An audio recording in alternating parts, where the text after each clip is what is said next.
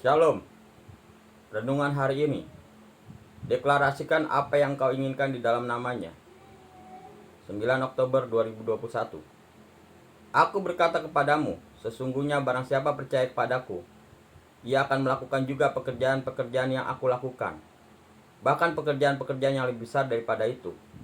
Sebab aku pergi kepada Bapa, dan apa juga yang kamu minta dalam namaku, aku akan melakukannya supaya Bapa dimuliakan di dalam Anak. Yohanes 14 ayat 12-13. Ketika Yesus berkata, dan apa juga yang kamu minta dalam namaku, aku akan melakukannya, ia tidak sedang berbicara tentang doa. Kata minta dalam bahasa Yunani, aiteo, dan itu adalah pengganti untuk kata memerlukan.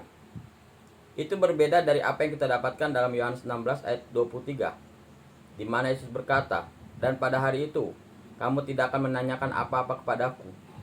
Aku berkata kepadamu, sesungguhnya segala sesuatu yang kamu minta kepada Bapa akan diberikannya kepadamu dalam namaku. Dalam kasus yang kemudian, kata minta adalah erotao dalam bahasa Yunani, yang adalah doa. Di sini Yesus memperlihatkan kepada kita bagaimana untuk berdoa kepada Bapa di dalam namanya. Tetapi meminta di dalam ayat tema ini adalah berbicara tentang dirimu, membuat permintaan di dalam nama Yesus. Di dalam Kisah Para Rasul 3 ayat 1-6, Alkitab menunjukkan kepada kita bagaimana Petrus dan Yohanes mempergunakan hal ini. Mereka bertemu dengan orang-orang yang lumpuh sejak lahir, yang sehari-hari meminta-minta di pintu bait suci. Petrus berkata kepadanya, emas dan perak tidak ada padaku, tetapi apa yang kupunyai kuberikan kepadamu. Demi nama Yesus Kristus orang Nazaret itu berjalanlah. Kisah Para Rasul 3 ayat 6. Ini bukan doa. Petrus membuat permintaan dalam nama Yesus.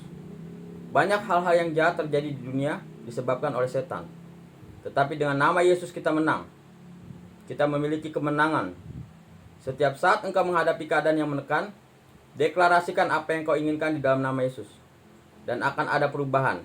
Ini tentang kekuasaan yang ada di belakangnya. Gunakan nama Yesus untuk menjaga tubuh di dalam kesehatan, menenangkan badai di sekitarmu, dan membuat perubahan di rumah, keluarga, komunitas, kota, dan negaramu. Pengakuan. Di dalam nama Yesus aku melawan setan kegelapan, setan penipu, kebingungan dan kekacauan, setan kekerasan yang menyebabkan kekacauan di antara bangsa-bangsa di dunia.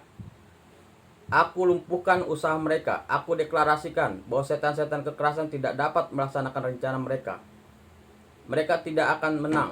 Aku patahkan pengaruh dan penguasaan setan atas bangsa-bangsa dan pemimpin mereka di dalam nama Yesus Kristus yang berkuasa. Amin. Ayat renungan, Kisah Para Rasul 14 ayat 8-10. Di Listra ada seorang yang duduk saja, karena lemah kakinya dan lumpuh sejak ia dilahirkan dan belum pernah dapat berjalan.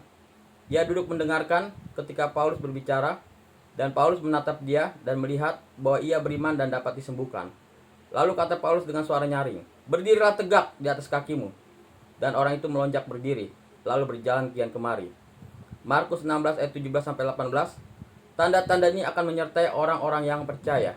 Mereka akan mengusir setan-setan demi namaku. Mereka akan berbicara dalam bahasa-bahasa yang baru bagi mereka. Mereka akan memegang ular, dan sekalipun mereka minum racun maut, mereka tidak akan mendapat celaka. Mereka akan meletakkan tangannya atas orang sakit, dan orang itu akan sembuh.